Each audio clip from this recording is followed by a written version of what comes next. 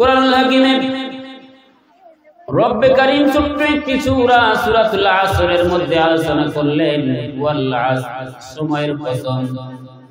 ইন্নাল ইনসান, নিশ্চয়ই প্রত্যেক মানুষ, লাফি খুস, তারা রয়েছে ক্ষতিগ্রস্তের মধ্যে। পৃথিবীর সমস্ত মানুষের কথা বলা হলো, নিশ্চয়ই প্রত্যেক মানুষ রয়েছে ক্ষতিগ্রস্তের মধ্যে। তার মানে আলেম ওলামা বাদ পড়ে নাই, ব্যবসায়ী বাদ পড়লো না, রাজনীতিবিদ বাদ পড়লো না, ছাত্ররাও বাদ পড়লো না, ইমাম মুয়াজ্জিন বাদ পড়লো না। সকল জাতির ক্ষেত্রে একটা মেসেজ রব্বে কারীম দিলেন, সময়ের কসম, ইন্নাল ইনসান, নিশ্চয়ই প্রত্যেক মানুষ। শুধু ঠিক কিনা? সকল মানুষের কথা বলা হলো। পৃথিবীর জমিনের সমস্ত মানুষ ক্ষতিগ্রস্তের মধ্যে। এই ক্ষতির থেকে বাঁচার জন্য রব্বে কারীম মেসেজ দিলেন, এই ক্ষতির থেকে যদি বাঁচতে চাও, ইল্লাল্লাযীনা আমানু, তোমরা ঈমানওয়ালা হও, ওয়া আমিলুস সালিহাত, আমলে সালেহ করো, ওয়া তাওয়াসাউ বিল হাক্কি ওয়া তাওয়াসাউ বিস সাবর, হকের উপরে অটল থাকো। আর হক কথাগুলো যখন তুমি সমাজে বাস্তবায়ন করতে যাবে, পৃথিবীর জমিনে যেখানেই যান না কেন, এই হকের উপরে বাস্তবায়ন হওয়ার পর নিজে যখন হকের উপরে প্রতিষ্ঠিত হবে, সমাজটা যখন হক দ্বারা প্রচালিত করবে, প্রতিষ্ঠিত করতে যাবে, তখন এক শ্রেণীর জাতি আছে তাকে ঘায়েল করবে। যেমনি ভাবে আবু জেহেল, উতবা, সায়বা রাসূল আরবী সাল্লাল্লাহু আলাইহি সাল্লাম হকের দাওয়াত দেওয়ার জন্য তাকে দমিয়ে দেওয়ার জন্য হত্যা করার ষড়যন্ত্র করেছে, সফল হতে পারে নাই। এক পর্যায়ে আল্লাহ পাক রব্বে কারীমের ইশারায় রাসূল আরবী সাল্লাল্লাহু আলাইহি সাল্লামকে মক্কা থেকে মদিনায় হিজরত করতে হয়েছে। ঠিক তেমনি ভাবে পৃথিবীর জমিনে যখনই হক বাস্তবায়ন করতে যাবেন, হক প্রতিষ্ঠিত করতে গেলে পৃথিবীর চতুর্দিক থেকে, আসমান থেকে যেরকম ভাবে বৃষ্টি বর্ষিত হয়, ঠিক তেমনি ভাবে হকের পথে চলনেওয়ালা লোকটার প্রতি পৃথিবীর জমিনের মানুষের দ্বারা বিভিন্ন বাধা আসবে। এই বাধা থেকে সে ধৈর্য ধারণ করবে, তো নাম্বার মেডিসিন তিনি জানিয়ে দিলেন। এইটা হলো রব্বে কারীমের কথা। পৃথিবীর জমিনের মানুষগুলো ক্ষতির মধ্যে রয়েছে, ক্ষতির থেকে বাঁচার মেসেজ দিয়েছে, কিন্তু সেই অনুপাতে আমরা বাস্তবায়ন করতে চাই না। কিন্তু দুনিয়ার জমিনের কোন ডাক্তার যদি বলে আপনি ক্ষতির মধ্যে রয়েছেন, এই ক্ষতির থেকে বাঁচার জন্য, কিছুদিন আগে গেল করোনা, এই করোনার থেকে বাঁচার জন্য মাননীয় প্রধানমন্ত্রী উপর থেকে নির্দেশ দিলেন, করোনার থেকে বাঁচার জন্য একটা আর দুইটা নয়, বর্তমান 4টা পর্যন্ত ইনজেকশনের ডোজ দেওয়া হলো। কিসের জন্য? ক্ষতির থেকে বাঁচার জন্য, স্বাস্থ্য সুরক্ষার জন্য। আপনার সন্তানটা ঘুমন্ত বাচ্চা বাড়িতে ঘুমিয়ে আছে, এই ঘুমন্ত বাচ্চারে জাগিয়ে তুলে এই যে পাশে মনু ভাইয়ের বাড়িতে কিন্তু ইনজেকশন দেওয়া হয়। 0 থেকে এত বছরের বাচ্চারে মাসের পর মাস টিকা দেওয়া হয়, একটা দুইটা তিনটা নয়, 4টা পর্যন্ত দৈনিক ইনজেকশন দেয়। এক মাসে 4টা পর্যন্ত ইনজেকশন দিলে আপনার ছোট্ট বাচ্চাটার গায়ে জ্বর এসে যায়। এই বাচ্চাটার জ্বর আসার পিছনে কারণ কি? ইনজেকশনের ব্যথার কারণে বাচ্চার শরীরে জ্বর আসে। জিজ্ঞাসা যদি করা হয়, বাবা বাচ্চার শরীরে কেন ইনজেকশন পুশ করলেন, তখন একবার কে বলবো রোগ প্রতিরোধ ক্ষমতা বাড়ানোর জন্য, দুনিয়ার জমিনে ক্ষতির থেকে বাঁচার জন্য। এই দুনিয়ার জমিনে ক্ষতির থেকে বাঁচার জন্য বাচ্চার এই একটা আর দুইটা নয়, একের পর এক 15টা পর্যন্ত ইনজেকশনের ডোজটা ক্লিয়ার করে দিলাম।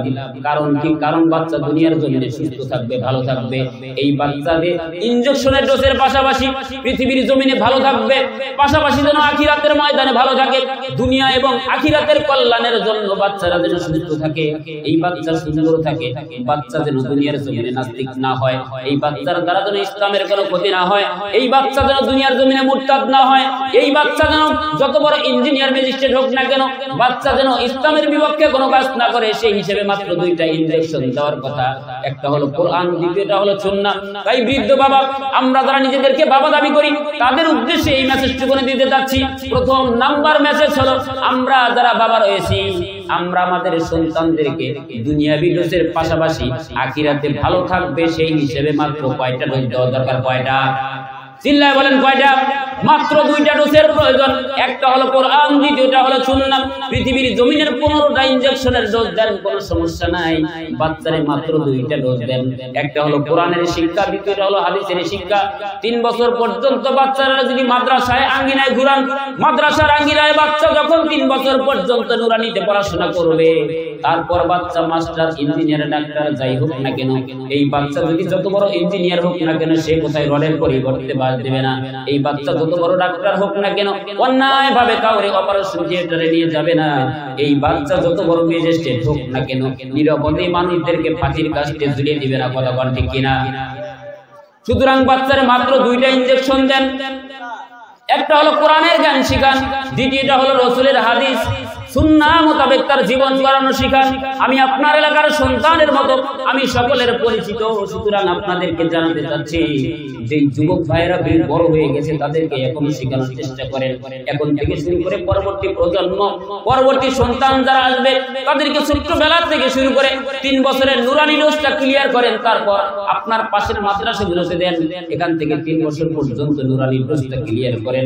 এরপর সন্তানকে ডাক্তার, ইঞ্জিনিয়ার, ম্যাজিস্ট্রেট যা বানান না কেন, আমার কোনো আপত্তি নাই।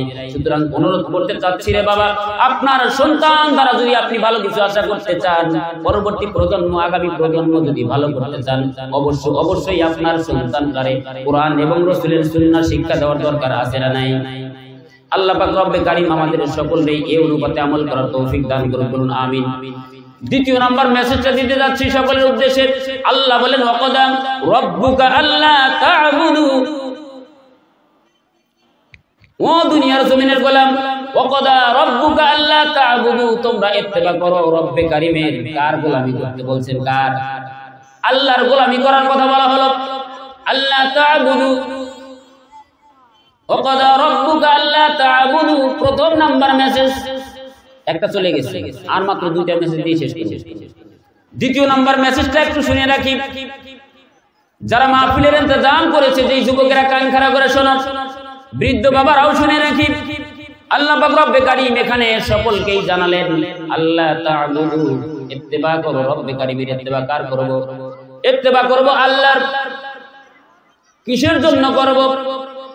পৃথিবীর জমিনে জাগতিক বিদ্যা বলতে যা কিছু রয়েছে, পরক্ষণে আপনি নামাজ, রোজা, হজ, যাকাত যা কিছু বলেন না কেন, আপনার উপরে যেই ফরজগুলো চাপিয়ে দেওয়া হয়েছে, যেই ফরজগুলো আপনার দায়িত্ব, আপনাকে পালন করতে বলা হয়েছে, এর প্রথমে সর্বপ্রথম যেই ফরজটা আপনার উপরে নাজিল করা হলো, রাসূল আরবি সাল্লাল্লাহু আলাইহি ওয়াসাল্লামকে প্রথমেই কিন্তু নামাজের কথা বলেন নাই, প্রথমে রোজার কথা বলেন নাই, হজের কথা বললেন না, যাকাতের কথা বললেন না, জিহাদের কথা বললেন না।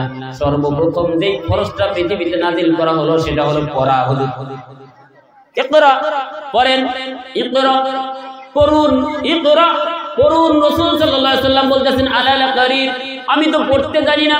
আবারও রব্বে কারীমের কাছে ফরিয়াদ জানানো হলো, রব্বে কারীম, কিতাব নাজিল করতে আসলাম, কিন্তু আপনার হাবিব তো পড়তে জানেন না। আল্লাহ পাক রব্বে কারীম জানালেন, কার নামের পড়া পড়বে? জিবরাইল বললেন, আপনার পড়া পড়বে। বলে, সেটা কি আমার হাবিব জানে? বলে, না, সেটা বলা হয় নাই। সেটা জানান। এবার জানানো হলো, ইকরা বিসমি রাব্বিকাল্লাযী খলাক, পড়ুন আপনার প্রভুর নামে যিনি আপনারে সৃষ্টি করেছেন। এবার রাসূল আরবি সাল্লাল্লাহু আলাইহি ওয়াসাল্লাম পড়তে আরম্ভ করলেন, ইকরা বিসমি রাব্বিকাল্লাযী খলাক, খলাকাল ইনসানা মিন আলাক, ইকরা ওয়া রাব্বুকাল আকরাম আল্লাযী আল্লামা বিল কলম। আল্লাহু আকবার। প্রথমে বলা হলো রবের নামের পড়া পড়েন। পরক্ষণেই রাসূল আরবি সাল্লাল্লাহু আলাইহি ওয়াসাল্লাম রবের নামের পড়াটা 5টা আয়াত তেলাওয়াত করে শুনাইয়া দিলেন। সুতরাং প্রথম যেই ফরজ, প্রথম যেই হুকুম সেটা হলো পড়া। কার নামের পড়া? রবের নামের পড়া। এই রবের নামের পড়া পড়তে বলছেন, যে কথা বুঝাতে যাচ্ছিলাম, সন্তানদের আপনি কি শিখান? রবের নামের পড়া শিখান। তারপরে আপনি সন্তানদের যেখানে খুশি সেখানে পাঠান। ও দুনিয়ার জমিনের মুসলমান, গভীর মনোযোগ দিয়ে দিলের কানটা লাগিয়ে শোনেন। প্রথম আমাদের উপরে যেই কাজটা হচ্ছে সেটা হলো ফরজ, এটা হলো পড়া। কিসের পড়া? রবের নামের পড়া।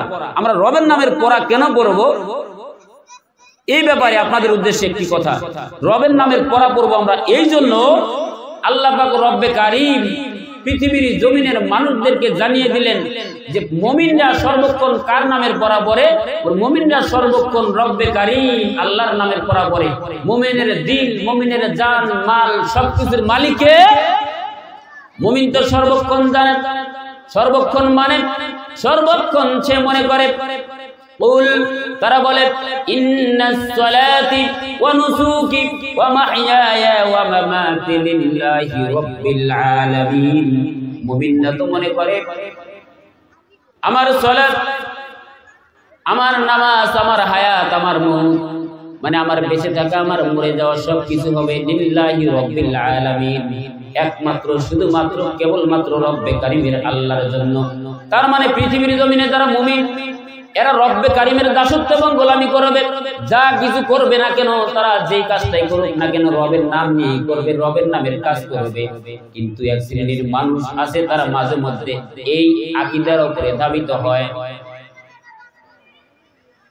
এরা এই আকীদার উপরে ধাবিত হয়, এই জন্য তারা বলে থাকে জীবন মরণ নাও ফিরাইলাম খাজা তোর নামে। আছে না নাই? তারা তাদের জীবন মরণ নাও ফিরায় খাজার নামে। অনেক মানুষ আছে হয়তো বা আপনার এলাকার পরিবেশটা কিন্তু আপনার ভালো জানা আছে, আমার এলাকায় এরকম লোক অনেক আছে। এরা যখন জীবন মরণ নাও ফিরায় খাজার নামে, আমি তাদের উদ্দেশ্যে বলতে চাচ্ছি আপনার জীবন, আপনার মরণ রাসূলের জীবনের থেকে আপনার জীবনের মূল্যায়ন বেশি নয়, রাসূলের হায়াতের থেকে আপনার হায়াতের মূল্যায়ন বেশি নয়, রাসূলের মৃত্যুর থেকে আপনার মৃত্যুর মূল্যায়ন বেশি নয়, রাসূলের নামাজ রোজার থেকে আপনার আমার নামাজ রোজার মূল্যায়ন বেশি নয়। সুতরাং রাসূল সাল্লাল্লাহু আলাইহি সাল্লামকে বলা হলো কুল, আপনি বলেন ইন্নাস সালাত, নিশ্চয়ই আমার নামাজ, ওয়া নুসুকি আমার কুরবানি, ওয়া মাহইয়ায়া আমার হায়াত, ওয়া মামাতি আমার মউত লিল্লাহি রাব্বিল আলামিন।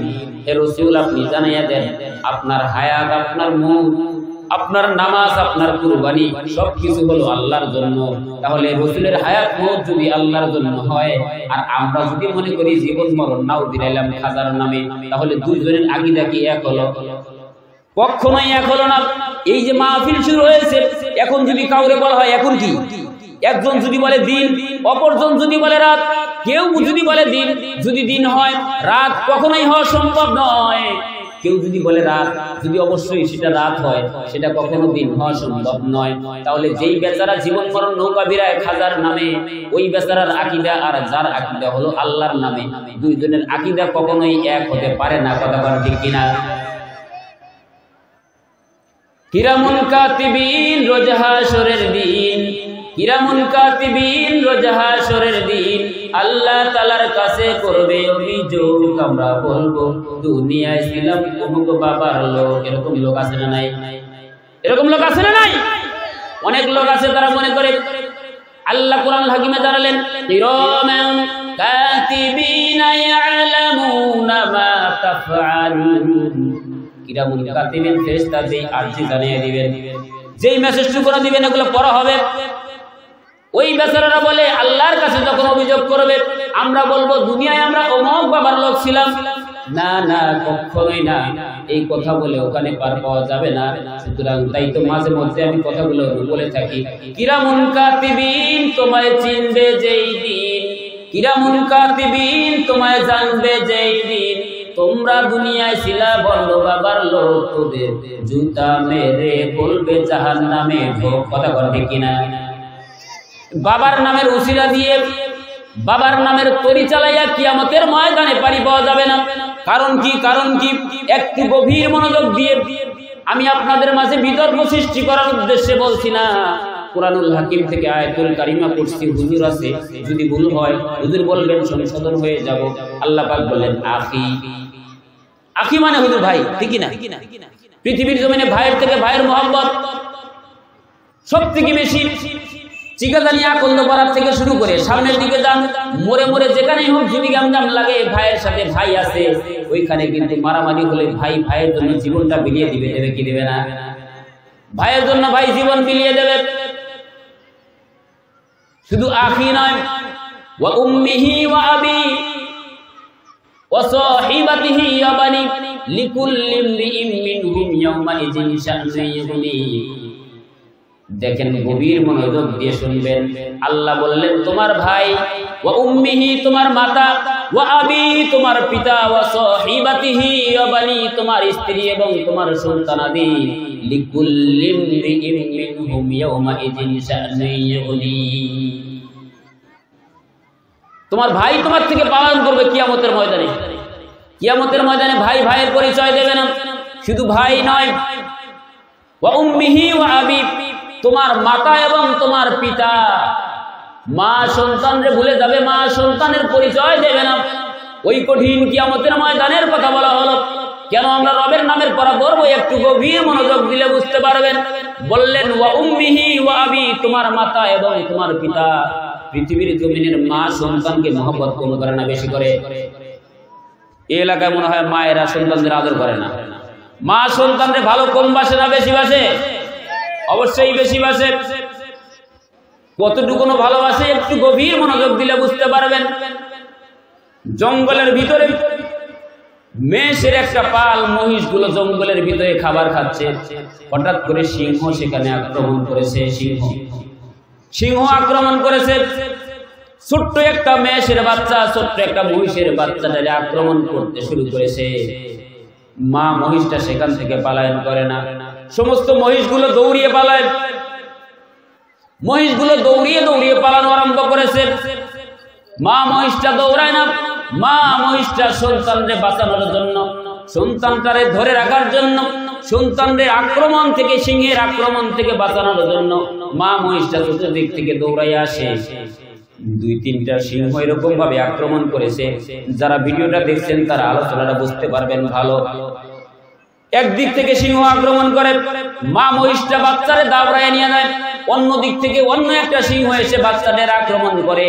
মা মহিষটা বাচ্চাকে বাঁচানোর জন্য ওই সিংহকে ধাওয়া করে। এরকম ভাবে ধাওয়া করতে করতে মা মহিষটা বাচ্চা ছেড়ে চলে যায় না। অথচ ওই পালের ভিতরে, ওই মহিষের পালের ভিতরে অসংখ্য মহিষ ছিল, সকলেই চলে গেল, কিন্তু মা মহিষটা যায় নাই। মা মহিষটা না যাওয়ার পিছনে একটা মাত্র কারণ ছিল, সেটা হলো সন্তানের মহব্বত। কথা বলেন ঠিক কিনা? মহিষের বাচ্চার মহব্বত ছিল মায়ের অন্তরের ভিতরে। কত কষ্ট করে তোমার দুনিয়ার জমিনে প্রেরণ করা হয়েছে, কত কষ্ট করে তোমার দুনিয়ার জমিনে আমি ভূমিষ্ঠ করেছি। ও দুনিয়ার জমিনের গোলাম, এটা হলো বন্য প্রাণী। মহিষের কাহিনী বলতেছিলাম। এই মহিষ যদি সন্তানের মহব্বতের, হরিণের মানে সন্তানের মহব্বতে যদি সিংহের থাবার থেকে নিজেকে রক্ষা নয়, নিজের জীবনটা বিলিয়ে দিতে চায়, পৃথিবীর জমিনের এমন কোনো মা নাই সন্তানের অশান্তিতে, সন্তানের ভয়ঙ্কর অবস্থায় মা সে পালায়ন করে। মা কি ছেড়ে চলে যায়? দুনিয়ার জমিনে মা সন্তান রেখে কখনোই চলে যায় না। বরঞ্চ সন্তানের যদি অসুস্থতা ভোগে, সন্তান যদি দুনিয়ার জমি থেকে চলে যাওয়ার উপক্রম হয়, মা আঁচল পেতে পেতে রব্বে কারিমের দরবারে কান্না করে, আয় রব্বে কারিম, তোমার কাছে ফরিয়াদ জানাই, আমার বাবার হায়াত তুমি বাড়াইয়া দাও, আমার হায়াত কমাইয়া দাও। এরকম ভাবে মা দোয়া করে কি করে না? এটা পৃথিবীর জমিনের বাস্তবতা। পৃথিবীর জমিনে মা সন্তানদের থেকে পলায়ন করে না, ভাই ভাইয়ের থেকে পলায়ন করে না।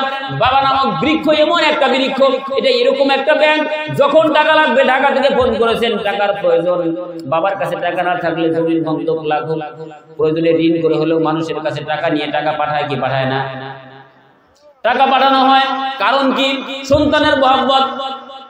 স্ত্রীর এত এত এত এত ভালোবাসেন, স্ত্রী স্বামীর এত বেশি ভালোবাসেন। দেখবেন দুনিয়ার জমিনে সন্তান মা বাবারে ভালোবাসে, মা বাবাও সন্তানকে ভালোবাসে।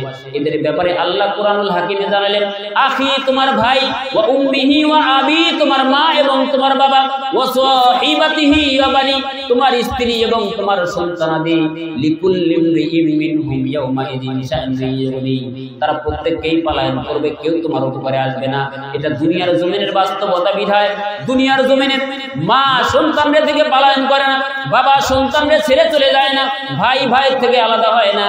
কিন্তু আখিরাতের ময়দানের ভয়াবহ কথা এমন ভাবে বলা হয়েছে, প্রত্যেককেই তাদের নিজের আত্মারে বাঁচানোর জন্য, নিজের রক্তকে বাঁচানোর জন্য ইয়ানাফসি করবে। তারা নিজেরা নিজেদেরকে বাঁচানোর জন্য বলবে, বাঁচানোর জন্য দৌড়াবে। আর যদি আমাদের আকীদা হয় এইরকম যে ওই কিয়ামতের ময়দানে আল্লাহ পাক রব্বে কারীমের কাছে যখন ফেরেশতা আরজি জানাবে, আমরা বলবো দুনিয়ার জমিনে অমুক বাবার লোক ছিলাম, এই আকীদা নিয়ে পৃথিবীর জমিনে তাকব্বুরি করা যায়, পৃথিবীর জমিনে বাটপারি করা যায়, কিন্তু কিয়ামতের ময়দানে এই আকীদা যদি আমার আপনার অন্তরের ভিতরে থাকে, আল্লাহ পাক রব্বে কারীম ধরবে আর বলবে ওরে বাটাম ফাটা। কথা বলেন ঠিক কিনা? কারণ এটা দুনিয়ার জমিনে পার পাওয়া যাবে, আল্লাহর কাছে এই অজুহাত দিলে কাজ হবে না। কারণ কি? কারণ তোমার আগেই মেসেজ দেওয়া হয়েছে, তোমার বাবা মা তোমার ধরা দেবে না, আত্মীয় স্বজন পাড়া প্রতিবেশী কেউ কারো কোনো উপকারে আসবে না। যখন সবাই ইয়া নাফসি বলবে, তখন পিশাব বলবে যে তুমি আমার মুরিদ ছিলা, আসো তোমারে নিয়ে জান্নাতে যাই, বলবে। এরকম আকীদা যাদের আছে, আমার মনে হয় তাদের অন্তরটা সুন্দর করে খুলিয়ে গরম পানি দিয়ে ধোয়ার দরকার, খাঁটি ভাবে তওবা করার দরকার। যদি তওবা না করে এই অবস্থায় মারা যায়, জাহেলিয়াতের খাতায় তার নাম হবে। কথা বলেন ঠিক কিনা? কারণ এটা কোরআনের সাথে লাকাববারি করা হচ্ছে। আল্লাহ বলছেন কেউ কারো উপকারে আসবে না। আর আমি যদি বলি ওই দিন বলবো আমরা অমুক বাবার লোক ছিলাম, কিয়ামতের দিন এই অজুহাত দিয়ে পার পাওয়া যাবে না। বাবা কিন্তু দুনিয়ার জমিনে গাঁজা খেলেও কিয়ামতের ময়দানে গাঁজা খাবে না। তখন বলবে আমি আগে বাঁচি। সে নিজের নফস, নিজের আত্মারে বাঁচানোর জন্য চেষ্টা করবে, দুনিয়ার কেউ কারো কোনো উপকারে আসবে না, কখনোই সম্ভব না। কথা ঠিক কিনা? সুতরাং আমাদের বাঁচার দরকার আছে না নাই? যার আমল তাকেই করতে হবে, ওই আমলের উপরে ভর করে আল্লাহ পাক রব্বে কারীম কিয়ামতের ময়দানে যেন আমাদের নাজাতের জাযা হিসেবে কবুল করেন, বলুন আমিন। সুতরাং এই মেসেজটুকু দিতে যাচ্ছিলাম, এই জন্য আমরা শুধুমাত্র কেবলমাত্র তাকাব্বুরি, কেবলমাত্র ইবাদত করব রব্বে কারীমের কার, একমাত্র আল্লাহর ইবাদত করব। তাই তো আল্লাহ বলেন ওয়াকাদা রাব্বুকা আল্লা তা'বুদু, তোমরা কেবলমাত্র তাবেদারি করো আল্লাহ। কিসের জন্য করবো? কেন করবো? আল্লাহর তাবেদারি করবো কেন? কারণ কি? আল্লাহ অন্য একটা জায়গায় জানিয়ে দিলেন, লাকাদ খালাকনাল ইনসানা ফি আহসানি তাকওয়িম, আমি পৃথিবীর জমিনে তো তোমারে তাকওয়িম করে সৃষ্টি করেছি, ভালোবেসে করে। আল্লাহু আকবার। অন্য কোন প্রাণীর কথা বলা হলো না, অন্য কোন সৃষ্টি জাতির কথা বলা হয় নাই, মানব জাতির কথা বললেন। লাকাদ খালাকনাল ইনসানা ফি আহসানি তাকওয়িম, আমি তো তোমারে তাকওয়িম করে ভালোবেসে বানাইলাম, ভালোবেসে সৃষ্টি করলাম। এই কথাটা রব্বে কারীম এমনি বললে বলতে পারতেন, এমনি বললেন না। বলার আগে তিনি কসম খাইলেন চারটা। কয়টা কসম খাইছেন? চারটা কসম খাইলেন। আল্লাহর কথার থেকে, রাসূলের হাদিস থেকে পাওয়া যায়, তার কথার থেকে উত্তম কথা আর কার হতে পারে? কিন্তু আল্লাহ পাক রব্বে কারীম যদি এমনি বলতেন যে আমি দুনিয়ার জমিনের মানুষে বানাইছি সুন্দর করে, এই কথাটা এমনি বললেও বলতে পারতেন। এমনি বললেন না, তিনি আগে কসম খাইলেন চারটা। ওয়াত্তিন ওয়াজ-যাইতুন ওয়া তুরি সিনিন ওয়া হাযাল বালাদিল আমিন, তিনের কসম, জয়তুনের তেলের কসম, ওয়া তুরি সিনিন, তুর পাহাড়ের সিনাই পর্বতের কসম, ওয়া হাযাল বালাদিল আমিন, মক্কা নগরীর কসম। কসম খাইলেন একটা করে, কসম খাইলেন চারটা কসম খাওয়ার পর বললেন আমি দুনিয়ার জমিনে তোমারে বানাইছি সবথেকে সুন্দর করে। বলেন আল্লাহু আকবার। আমাদেরকে দুনিয়ার জমিনে সবথেকে সুন্দর করে বানাইছেন, তাই আল্লাহ কসম খাইলেন চারটা।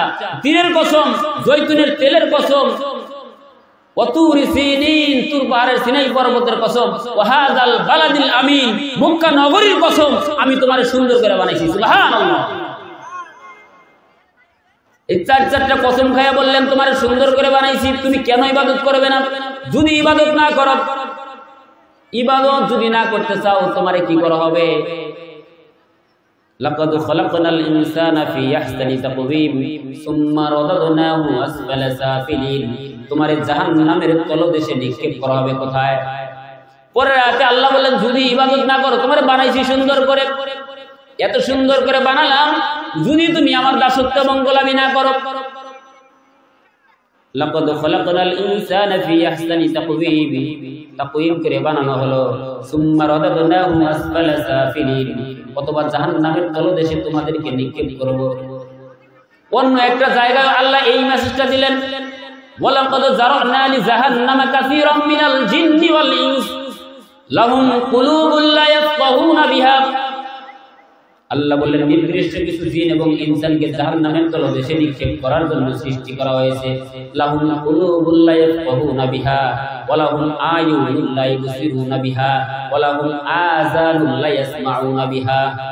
আল্লাহ বললেন নির্দিষ্ট কিছু জিন এবং ইনসান তাদের জাহান্নামে নিক্ষেপ করার জন্য সৃষ্টি করা হয়েছে। এরা কারা? এদের ব্যাপারে কোরআন ব্যাখ্যা দিচ্ছে। এরা হলো তাদের চোখ আছে দেখে না, দিল দেওয়া হয়েছে, কল্ব দেওয়া হয়েছে। এই কল্পের ভিতরে তাদের ভালো কথাগুলো ঢোকে না। চোখ আছে, ভালো মন্দ দেখে, কিন্তু দেখেও না দেখার ভান করে ভণ্ডামি করে। এরকম লোক আছে না নাই? দেখাশোনা অন্যায় হচ্ছে তারপরে কিছু কয় না। কানের ভিতরে ভালো কথাগুলো ঢোকে না। এই যে কোরআনের মাহফিলে কোরআনের কথা হচ্ছে, এই কথাগুলো অনেকের ভিতরে অনেকভাবে ঢুকবে। কেউ বলবে রাজনীতি, কেউ বলবে এই সেই হাবিজাবি, বলবে কি বলবে না। এক একজনের কানের ভিতরে এক একভাবে ঢুকবে। কোরআনের কথার থেকে উত্তম কথা কিছু হতে পারে না। এই কথাগুলো তাদের কানের ভিতরে যায় না। এদের ব্যাপারে বলা হলো, আল্লাহ বললেন এদের ব্যাপারে বললেন, পরক্ষণে একটা বলল, বলতেও সমস্যা, পরিচিত মানুষগুলি এত শক্ত কথা বললেন, কিন্তু কোরআনের কথা আল্লাহ বলতেছেন এরা কারা? এদের ব্যাপারটা হচ্ছে ওই মানুষগুলো যাদের দিল আছে শোনে না, কান আছে শোনে না, চোখ আছে দেখে না। বালহুম আদাল উলাইকা কাল আনআম, তারা হলো চতুষ্পদ জানোয়ারের মতো। বালহুম আদাল, তার থেকেও নিকৃষ্ট, তার থেকেও নিকৃষ্ট। এরা চতুষ্পদ জানোয়ারের থেকেও নিকৃষ্ট। এদের ব্যাপারে একটা উদাহরণ দিয়ে বুঝতে পারবেন। এই যে মানুষগুলো এদের ব্যাপারে বললো, কল্প আছে, কান আছে, চোখ আছে, এগুলো থাকা সত্ত্বেও যারা ভালো বিচার বিশ্লেষণ করতে পারে না। উলাইকা কাল আনআম, তারা চতুষ্পদ জানোয়ার। বালহুম আদাল, এরা তার থেকেও নিকৃষ্ট। আমি মাঝে মধ্যে তাফসীরের কিতাব যখন পড়তে শুরু করি, আমার এখানে এসে একটি খটকা লাগতো, প্রথম দিকে এই খটকা লাগতো। আমি আমার ওস্তাদের এক সময় জিজ্ঞাসা করলেই করে ফেললাম, হুজুর আল্লাহ প্রথমে বালহুম, আল্লাহ বললেন যে এরা হলো চতুষ্পদ, উলাইকা কাল আনআম, তারা হলো চতুষ্পদ জানোয়ার। আবার বললেন বালহুম আদল, তার থেকেও নিকৃষ্ট। এত নিচে কেন নামাইলেন? প্রথমে যে বলছিলেন চতুষ্পদ জানোয়ার, এই পর্যন্ত থাকলেও তো থাকতে পারতো, এর থেকে নিচে কেন নামানো হলো? হুজুর আমার প্রশ্নের জবাবে একটা ব্যাখ্যা দিলেন। এই ব্যাখ্যাটি আমি অন্যভাবে দিই মাঝে মধ্যে। এই যে আপনার পাশেই জাওয়ানগঞ্জ বাজার, তার আগেই একটা কথা বলতে যাচ্ছি। কিছুদিন আগে আপনাদের এলাকায় পৌরসভা নির্বাচন গেছে কি যায় নাই? নির্বাচন হলো না, পৌর নির্বাচন হয় নাই। নির্বাচনের সময় কিন্তু মাঝে মধ্যে আসতাম, এক একজন এক এক দলের মিছিল বের করে, আমি অমুক দলের, আমি অমুক দলের, এক একজন এক এক ভাবে মিছিল বের করে, যে যার যার প্রার্থী সামনে নিয়ে মিছিল দেয়। কিন্তু রাতের বেলায় টাকা ছিটায় ছিটায় ভোট কেনা বেচা হয় কি হয় না? হয়েছে? আপনাদের এলাকায় ভোট বেচা কিনা হয়? 1000 টাকা দিলে রাত্রের বেলায় দরদার ভাগ দিয়ে 1000 টাকা দিয়ে ভোট শেষ। পরের দিন সকালবেলা ভোট আর ভোট নাই। কার ভোট? এটা অন্য জন্য হয়ে গেছে। হয় না এরকম অবস্থা? আমাদের এলাকায় ভোট বেচা কিনি হয়, রাত্রির বেলায় দরদার ভাগ দিয়ে 1000 টাকা দিলে ভোট বেচা কিনি হয়। এই উদাহরণটা আমি এই জন্য দিই মাঝে মধ্যে। দেওয়ানগঞ্জ বাজারে যান, বকরির একটা সবচেয়ে ছোট বাচ্চাও যদি আপনি ক্রয় করতে চান, হুজুর কিছুদিন আগে বকরি বিক্রি করতে গেলেন, সব থেকে ছোট বাচ্চা যেটা, সেটার দামও 3000 টাকা কম করে হলেও, কথা বলেন ঠিক কিনা? বকরি হাটে যাবেন, সব থেকে ছোট বকরি যেটা সর্বনিম্ন হলেও 3000 টাকা নেয়। দেওয়ানগঞ্জ বাজারে যদি একটা বকরির দাম 3000 টাকা হয়, আপনাদের বিবেক দেওয়া হয়েছে, কল দেওয়া হয়েছে, চোখ আছে, কান আছে, মস্তিষ্ক আছে, আপনি বিবেকবান হওয়া সত্ত্বেও রাত্রের বেলায় 1000 টাকার বিনিময়ে ভোটটা বিক্রি করে দিলেন। আপনি তো ছাগলের থেকেও খারাপ। ঠিক বাড়ি যে কইন, আপনি ঠিক কইলেও ঠিক, না কইলেও ঠিক। এইটাই কোরআনের কথা। আল্লাহ বলেন বালহুম আদল, এরা চতুষ্পদ জানোয়ার থেকেও খারাপ। কারণ কি? কারণ তো চোখ আছে দেখে না, কান আছে শোনে না, হৃদয় আছে অনুধাবন করে না, মস্তিষ্ক থাকা সত্ত্বেও যারা ভালো বিচার করে না, এরা বালহুম আদল, পশুর থেকেও খারাপ। কারণ তুমি 1000 টাকার বিনিময়ে ভোট বিক্রি করো, আর একটা বকরির বাচ্চার দাম 3000 টাকা, তোমার মূল্য 1000 টাকা, তুমি বকরির থেকেও নিছো। কথা বল ঠিক কিনা? এটা কোরআনের কথা, আমার কথা না। যদি বিশ্বাস না হয় কোরআন খোলেন, দেখেন হুবাহু এইভাবেই বলা হয়েছে, উলাইকা কাল আনআম, তারা চতুষ্পদ জানোয়ার। বালহুম আদল, এরা তার থেকেও নিকৃষ্ট। তাই তো বলতেছিলাম, ওই রব্বে কারীম বললেন কি? মেসেজের দিকে আসছি, আল্লাহ বললেন ওয়াকাদা রাব্বুকা আল্লা তা'বুদু, তোমরা রব্বে কারীমের তাবেদারি করো। প্রথম নাম্বার মেসেজ। তাহলে আমরা এখান থেকে শিখতে পারলাম ইবাদত করব কার? একমাত্র, শুধুমাত্র, কেবলমাত্র ইবাদত পাওয়ার যোগ্য যিনি, তিনি কে? আল্লাহ পাক রব্বে কারীম আকর্ষণ করাবাসীর আমল করার তৌফিক দান করুন, বলুন আমিন। পরক্ষণে মেসেজ নাম্বার 2, এই মেসেজটুকু আমি আপনিও শুনব। যুবক যারা রয়েছে আজকে মাহফিলের ইন্তজাম করেছে সকলেরই এই মেসেজটুকু অন্তত এখন থেকে শুরু করে 10 থেকে 15 মিনিটের মধ্যে কথাগুলো শেষ করতে চাচ্ছি। এর মাঝখানে কেউ কোনো কথা নয়, এর মাঝখানে কোনো ডিস্টার্ব নয়। প্রয়োজনে আজানটা 5 মিনিট পরে হবে, যুবকেরা কান খাড়া করে শোনো।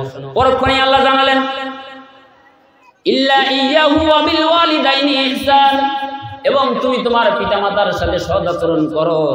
আল্লাহ তার আদেশ বাস্তবায়ন করার কথা বললেন যে আমি রব্বে কারিমের দাসত্ব এবং গোলামি করো।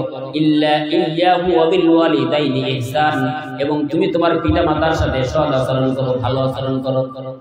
দুইটা আদেশ দিলেন। প্রথমটা হলো পিতামাতার, প্রথমটা হলো রব্বে কারিমের দাসত্ব করো, পরে ফোনেই আল্লাহ বলেন পিতামাতার সাথে ভালো আচরণ করো, পিতামাতার সাথে সৎ আচরণ করো। কেন করবো পিতামাতার সাথে সৎ আচরণ? একটু দিলের কানটা লাগান। বুখারীর বর্ণনার একটা হাদিস থেকে শোনাতে যাচ্ছি। আল্লাহ পাক রব্বে কারিম রাসূলের মাধ্যমে জানালেন কিতাবুল হায়েজ, মানে হায়েজ বোঝেন তো মা বোনেরা ভালো বুঝবে। কিতাবুল হায়েজ অধ্যায়ের প্রথম দিকেই হাদিসটা বর্ণনা করা হয়েছে। বুখারীর বর্ণনায় হাদিসটা আসছে এরকম ভাবে, প্রত্যেকটা মায়ের যখন মাসিক চালু হয়ে যায়, মা বোনদের মাসিক চালু হওয়ার সঙ্গে সঙ্গে ওই মায়ের গর্ভের ভিতরে আল্লাহ পাক রব্বে কারিম একটা ফেরেশতা নাজিল করে দেন। বলেন না সুবহানাল্লাহ। ওই ফেরেশতা নাজিল করে দেওয়ার পিছনে কারণ কি? ওই ফেরেশতাটারে নাজিল করে দেওয়ার পিছনে কারণ হলো পিতার পৃষ্ঠদেশ থেকে আসা সবেগে নির্গত শুক্রাণুটুকু যখন পাবে, ওই ফেরেশতার কাজ হলো শুক্রাণু এবং হায়েজ শেষ হওয়ার সঙ্গে সঙ্গে মা বোনদের জরায়ুর ভিতরে একটা ডিম হয়। আমরা সাধারণত জানি হাঁসের ডিম ফুটায়, মুরগির ডিম ফুটায়, পাখি যারা রয়েছে, পাখি জাতীয় প্রাণীগুলো, এগুলো ডিম ফুটায়। আমরা কি জানি যে মানুষের ডিম আছে? এটা জানি? এটা আমরা জানি না। কিন্তু বর্তমান বিজ্ঞান প্রমাণ করতেছেন মা বোনদের যখন হায়েজ শেষ হয়ে যায়, হায়েজ শেষ হওয়ার সঙ্গে সঙ্গে মায়ের জরায়ুতে ডিম আসে। ডিম পিতার পৃষ্ঠদেশ থেকে আসা সবেগে নির্গত যেই ধাতুটুকু না আসে, এই ধাতু থেকে শুক্রাণু আসে। শুক্রাণু এবং ডিম্বাণু একত্র করে সংমিশ্রণ ঘটিয়ে মোটিভাইজ করে, ফার্টিলাইজ করে, তারপর মায়ের রেহেমের ভিতরে প্রবেশ করানো হয়। মায়ের জরায়ুর ভিতরে যেখানে সন্তান থাকে সেই জায়গাটা হলো জেনি। যেই জায়গাটায় সন্তানটাকে বড় বানানো হয় সেটা হলো জেনি। ওই যে ফেরেশতা নাজিল করে দেন, বুখারীর বর্ণনার হাদিস মোতাবেক বুঝাতে যাচ্ছিলাম, ওই যে ফেরেশতা নাজিল করার পিছনে কারণ কি? ওই ফেরেশতার একটা মাত্র কাজ, মায়ের ডিম্বাণুটুকু সংরক্ষণ করবে, পিতার পৃষ্ঠদেশ থেকে আসা সবেগে নির্গত পানির থেকে ধাতুটুকু সংরক্ষণ করবে, শুক্রাণুটুকু সংরক্ষণ করবে, সেটাকে মোটিভাইজ করবে, ফার্টিলাইজ করবে। আল্লাহর কাছে ফরিয়াদ জানায় রব্বে কারিম, মায়ের ডিম্বাণুটুকু নিয়েছি, পিতার শুক্রাণু পেয়েছি, আপনি যদি অর্ডার করেন, আপনি যদি অনুমতি দেন, পৃথিবীর জমিনে মানুষ বানানোর প্রক্রিয়া চালু করতে চাই। আল্লাহু আকবার। এটা বুখারীর বর্ণনা একটা হাদিস। এটা আল্লাহর কাছে আরজি জানায়। কিন্তু আল্লাহ পাক রব্বে কারিম কিতাবুল হাকিমে স্তরে স্তরে বর্ণনা করলেন 40 দিন করে। আল্লাহ পাক রব্বে কারিম জানালেন 40 দিন পর্যন্ত মায়ের গর্ভের ভিতরে এটারে রক্তে পরিণত করে দেওয়া হয়। সুম্মা নুতফাতান খলাকাতান আলাকা, পরে এটা আলাকায় পরিণত করা হয়। মুদগাতান আলাকাতান মুদগা আলাকা, এগুলো করা হয় সংক্ষিপ্ত ভাবে, যেহেতু আজানের সময় হচ্ছে সংক্ষিপ্ত ভাবে যে কথা নিয়ে বোঝাতে যাচ্ছিলাম। 40 দিন করে করে মায়ের গর্ভের ভিতরে রক্তে পরিণত করা হয়।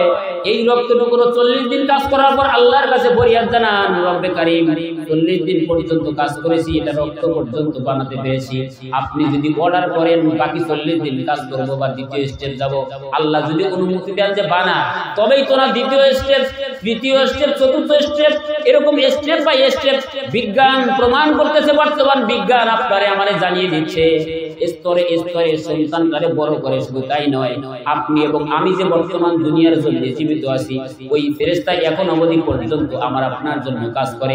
40 দিন শেষ হওয়ার পর আল্লাহর কাছে দরখাস্ত জানায় যে রব্বে কারীম, পৃথিবীর জমিনে অক্সিজেনের কোনো অভাব নাই, রিজিকের কোনো সমস্যা নাই, আপনার বান্দা সাজিদুল ইসলাম রাজীবপুরী, তার জন্য কি করব? আল্লাহ যদি বলেন আগামী 40 দিন পর্যন্ত তার রিজিকের বরাদ্দ করে দিলাম, তার জন্য অক্সিজেনের বরাদ্দ, তার জন্য রক্তের বরাদ্দ, তার জন্য পৃথিবীতে চলাফেরার জন্য ফেরেশতা নাজিল করে দেওয়া হয়েছে, তবেই তো আমি 40 দিন পর্যন্ত বাঁচতে পারবো। তার মানে আমার আপনার হায়াতের জিন্দেগি 40 দিনের মধ্যেই শেষ হয়ে যায়। সুতরাং ওই যে মায়ের গর্ভ থেকে শুরু করে এই দুনিয়ার জমিনে আসার আগে 7 মাস পর্যন্ত বিজ্ঞান যেটা প্রমাণ করতে যাচ্ছে, 7 মাস পর্যন্ত মায়ের যে জেনিটা রয়েছে এটা হলো 7 ইঞ্চি, কেউ কোথায় বলা হয়েছে 10 ইঞ্চি। এই 10 ইঞ্চি পরিমাণ জেলিটা 7 মাস পরিপূর্ণ হলে 10 ইঞ্চি জেলিটা পরিপূর্ণ হয়ে যায়।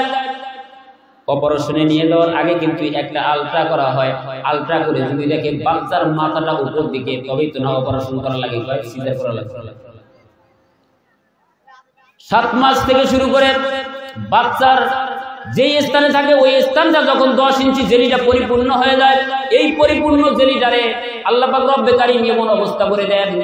আযান শেষ করে আযানের 15তে আযান না, 15তে আযান, 30-এ নামাজ, এই তো হ্যাঁ 20-এ আযান দিতে বলেন, 30-এ নামাজ পড়ব। আমি 10 মিনিটে আলোচনা শেষ করব ইনশাআল্লাহ, ঠিক কি না? আমি এটা শেষ করে দিয়ে শেষ করব, 10টা মিনিট সময় দেওয়া যাবে ইনশাআল্লাহ।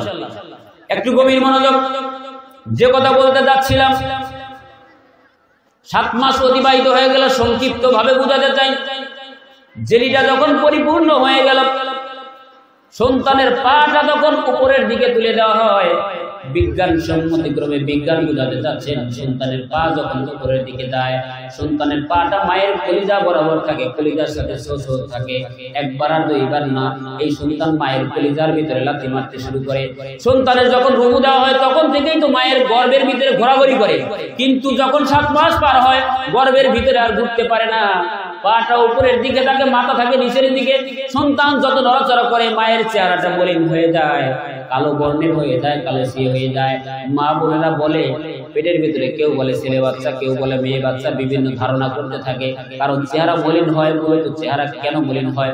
মূলত চেহারা মলিন হওয়ার পিছনে একটা কারণ হলো সন্তানের পাটা তো মায়ের কলিজার সাথে লাগিয়ে দেওয়া হয়েছে। সন্তান দৈনন্দিন জীবনে তো মায়ের কলিজায় লাথি মারতেছে, একবার আর দুইবার না। বিজ্ঞান বর্তমান জামানায় বিজ্ঞান প্রমাণ করে দিচ্ছে, সন্তান 7 মাস থেকে 10 মাস অর্থাৎ 9 মাস 10 দিন পর্যন্ত একবার আর দুইবার না মায়ের কলিজায় 4.5 থেকে 5.5 হাজার বার লাথি মারে। আল্লাহু আকবার। একবার আর দুইবার লাথি মারি নাই রে যুবক। আল্লাহ বলেন ওয়াকাদা রাব্বুকা আল্লা তা'বুদু ইল্লা ইয়্যাহু ওয়া বিল ওয়ালিদাইনি ইহসান। কেন তোমরা মা বাবার সাথে ভালো আচরণ করবে? আল্লাহ বললেন একবার আর দুইবার না, 4.5 থেকে 5.5 হাজার বার পর্যন্ত বিজ্ঞান প্রমাণ করতেছে মায়ের কলিজার ভিতরে লাথি মারা হয়। এই লাথি দুনিয়ার জমিনে সাধারণ কোনো লাথি না, বল খেলার কোনো লাথি না, দুনিয়ার মাঠের কোনো লাথি না, এক ভাই আরেক ভাইকে লাথি মারার কোনো লাথি না। বিজ্ঞান বর্তমান প্রমাণ করে দিচ্ছে যেই লাথিটা মায়ের কলিজায় মারা হয় 4.5 থেকে 5.5 হাজার বার মায়ের কলিজায় মেরেছি, এই লাথিটা দুনিয়ার জমিনে সাধারণ কোনো লাথি না। এই লাথি যদি দুনিয়ার জমিনে কোনো বাবার কলিজায় মারা হতো, বাবা দুনিয়ার জমিন থেকে অজ্ঞান হয়ে চলে যেত। এই 4.5 হাজার বার পর্যন্ত যে সন্তান মায়ের গর্ভের ভিতরে সব থেকে কম নাড়াচাড়া করে, ওই সন্তানটাও মায়ের কলিজার মধ্যে 4.5 হাজার বার লাথি মেরেছে। যেই সন্তানটা মায়ের গর্ভের ভিতরে বেশি নাড়াচাড়া করে, সেটা 5.5 হাজার বার লাথি মেরেছে। আর এই লাথি দুনিয়ার জমিনের কোন পুরুষের কলিজায় যদি মারা হতো, তাও অজ্ঞান হয়ে পড়ে যেত। আবার বলা হয়েছে 3টা লাথি সন্তান সাধারণত মায়ের কলিজায় ধরে মারে। যখন মায়ের প্রসব বেদনা শুরু হয়ে যায়, মা বোনদেরকে যখন নির্জনে ঘরের ভিতরে নিয়ে যাওয়া হয়, বন্ধু বান্ধবের কাছে ফোন দেয়, স্বামী বিদেশে থাকলে ফোন দেয়, আত্মীয় স্বজনের কাছে বিদায় নিতে শুরু করি, মা বোনেরা কান্না করতে শুরু করে, আমার প্রসব বেদনা শুরু হয়ে গেছে, স্বামী আমারে মাফ করে দেন, হয়তো আমি দুনিয়ার জমিনে জীবিত থাকতে পারবো না। এরকম ভাবে বিদায় নিতে থাকে, একবার দুইবার নয়, আত্মীয় স্বজনের কাছে বিদায় নেয়, পাড়া প্রতিবেশীর কাছে বিদায় নেওয়া হয়। এরকম ভাবে মা বোনদেরকে যখন যে কথা বলতেছিলাম, দ্বিতীয়বারের মতো মায়ের কলিজায় যখন লাথি মারা হয়, মা বোনেরা পাড়া প্রতিবেশী নয়, ঘরের ভিতরে যারা দায়ী থাকে, আত্মীয় স্বজন থাকে, তাদের জড়িয়ে ধরে কান্না করতে শুরু করে। শুধু কান্না করে না, তৃতীয়বারের মতো সন্তান মায়ের কলিজার ভিতরে একটা লাথি মারে। শুধু লাথি নয়, বুড়ি আঙ্গুলের পা দিয়ে এত জোরে চারা মারে, মায়ের গর্ভের ভিতরে যেই জেলির মধ্যে সন্তান থাকে, একটা আর দুইটা না, 7টা স্তর তারপরে থাকে জেলি। এই জেলিটা বেড়ে যায়, 7টা স্তর ভেদ করে সন্তান দুনিয়ার জমিনে আসতে আরম্ভ করে। সন্তান যখন দুনিয়ার জমিনে আসতে আরম্ভ করে, কিতাবের মধ্যে পাওয়া যায় পৃথিবীর জমিনের প্রত্যেকটা মা সামান্য সময়ের জন্য হলেও সেন্সলেস হয়ে চলে যায়। তারা দুনিয়ার জমিনে সুস্থ থাকতে পারে না, অজ্ঞান হয়ে যায়। আর বিজ্ঞান বর্তমান জামানায় প্রমাণ করতেছে তারা কেন অজ্ঞান হয়। অজ্ঞান হওয়ার পিছনে একটা মাত্র কারণ হলো এই যে তৃতীয়বারের মতো 3টা লাথি যে মারে বড় বড়, এই বড় 3টা লাথির পিছনে যেই অবদান, কতটুকু শক্ত লাথি, একটু দিলের কানটা লাগালে শুনলে বুঝতে পারবেন। তৃতীয় লাথি, 3টা লাথি যে বড় বড় মারা হয়, এই লাথিগুলো যদি দুনিয়ার জমিনের কোনো বাবার কলিজায় মারা হতো, মা তো দুনিয়ার জমিনে সুস্থ হয়, হুঁশ ফিরে আসে। পৃথিবীর জমিনের কোনো বাবার কলিজায় যদি এই 3টা লাথি মারা হতো, কিয়ামত হয়ে যেত, বাবা কখনো অচেতন থেকে চেতন হতে পারত না। আল্লাহু আকবার।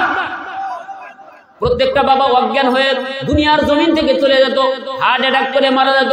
বিজ্ঞান প্রমাণ করতে যাচ্ছে এই 3টা লাথি এত জোরে মারা হয়, যেই লাথিগুলো বাবার কলিজায় মারলে বাবা সহ্য করতে পারতো না, তারা দুনিয়ার জমিন থেকে চির বিদায় নিয়ে চলে যেত। অথচ মায়ের কলিজার ভিতরে আমরা 5,500 বার লাথি মেরেছি, 3টা বড় বড় লাথি মেরেছি। যুবক ভাইদের উদ্দেশ্যে ওই জন্য দ্বিতীয় নাম্বার নসিহত যেটা থাকবে সেটা হলো আল্লাহ তা'বুদু ইল্লা ইয়্যাহু ওয়া বিল ওয়ালিদাইনি ইহসান। আল্লাহর তাবেদারি করার পর তোমরা কি করবে? মা বাবার সাথে সৎ আচরণ করবে। যতদিন দুনিয়াতে জীবিত থাকবো মা বাবার সাথে খারাপ আচরণ করব না। আল্লাহ রাসূল সাল্লাল্লাহু আলাইহি সাল্লাম বললেন, হুয়া জান্নাতুকা ওয়া নারু, তোমাদের পিতামাতাই তোমার জন্য জান্নাত, অথবা তোমাদের পিতামাতাই তোমাদের জন্য জাহান্নামের একটা অংশ। সুতরাং তোমরা বেছে নিতে পারো, তোমরা জান্নাতি হবে না জাহান্নামী হবে। ও যুবক ভাইয়েরা, ধন্যবাদ জানাই তোমাদের, গানের আয়োজন না করে মাহফিলের আয়োজন করেছো। আমন্ত্রণ জানাই তোমাদের, গানের আয়োজন না করে তোমরা কি করেছো? মাহফিলের আয়োজন করেছো। আল্লাহ পাক রব্বে কারীম কিয়ামত পর্যন্ত তোমাদের এই ধারা অব্যাহত রাখার মতো তৌফিক দান করুন, বলুন না আমিন। যারা এই আয়োজন করেছে ভাগ্যবান তো ওই সমস্ত মা, যেই সমস্ত মায়ের সন্তানেরা গানের আয়োজন করে না, ওই সমস্ত সন্তানেরা মাহফিলের আয়োজন করে। ভাগ্যবান ওই সমস্ত পিতা যাদের সন্তানেরা গানের আয়োজন করে না, কিন্তু তারা কি করে? মাহফিলের আয়োজন করে, কোরআন শোনার আয়োজন করে। তাদের জন্য আমরা সবাই দিল খুলে দোয়া করি, আল্লাহ পাক রব্বে কারীম তাদের কবুল করুন, বলুন না আমিন।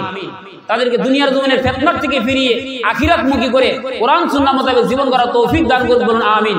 সম্মানিত হাজিরিন, যে কথা বলতে যাচ্ছিলাম, মাত্র 3টা মেসেজ। আমরা যারা বাবা রয়েছি, আমরা আমাদের সন্তানদেরকে দ্বীনের শিক্ষায় শিক্ষিত করব, তারপর দুনিয়ার শিক্ষা শিক্ষিত করব। কথা বলেন ঠিক কিনা? আল্লাহ পাক রব্বে কারীম আমাদের এই আমলটুকু করার তৌফিক দান করুন, বলুন আমিন। পরক্ষণে যেই মেসেজটুকু, আমরা পৃথিবীর জমিনে বাঁচবো যতদিন, তাবেদারি করব, গোলামি করব একমাত্র রব্বে কারীমের। কার? একমাত্র আল্লাহর গোলামি করব। আল্লাহ পাক রব্বে কারীম আমাদের প্রত্যেকের এই আমল করার তৌফিক দান করুন, বলুন আমিন। তৃতীয় নম্বর মেসেজ হচ্ছে, আমরা মা বাবার সাথে ভালো আচরণ করব। যতদিন দুনিয়াতে থাকবো মা বাবার সাথে সৎ আচরণ করব। এই আয়াতের শেষের দিকে কেমনে সৎ আচরণ করব, কিভাবে আচরণ করলে সৎ আচরণ হবে, বিস্তারিত ব্যাখ্যা ছিল। কিন্তু এই যে প্রথম দিকে একটা কথা বলছিলাম যে আপনারা এত নিচে নামিয়ে দিয়েছেন, যেখানে কোনো মানুষ নাই, উপরের দিকে ওঠারও কোনো অবকাশ নাই। আমি নিচের থেকে উপরে উঠতে পারতেছি না, নিচ থেকে যে চলে যাব সেটাও সম্ভব হচ্ছে না। আমি সকলের প্রতি উদাত্ত আহ্বান জানাবো, যদি কখনো সুযোগ হয় বিস্তারিত আলোচনা হবে ইনশাআল্লাহ। আল্লাহ পাক রব্বে কারীম সবাই সে পর্যন্ত হায়াতে তাইয়্যিবা দান করুন, আমিন। আসসালামু আলাইকুম ওয়া রাহমাতুল্লাহ।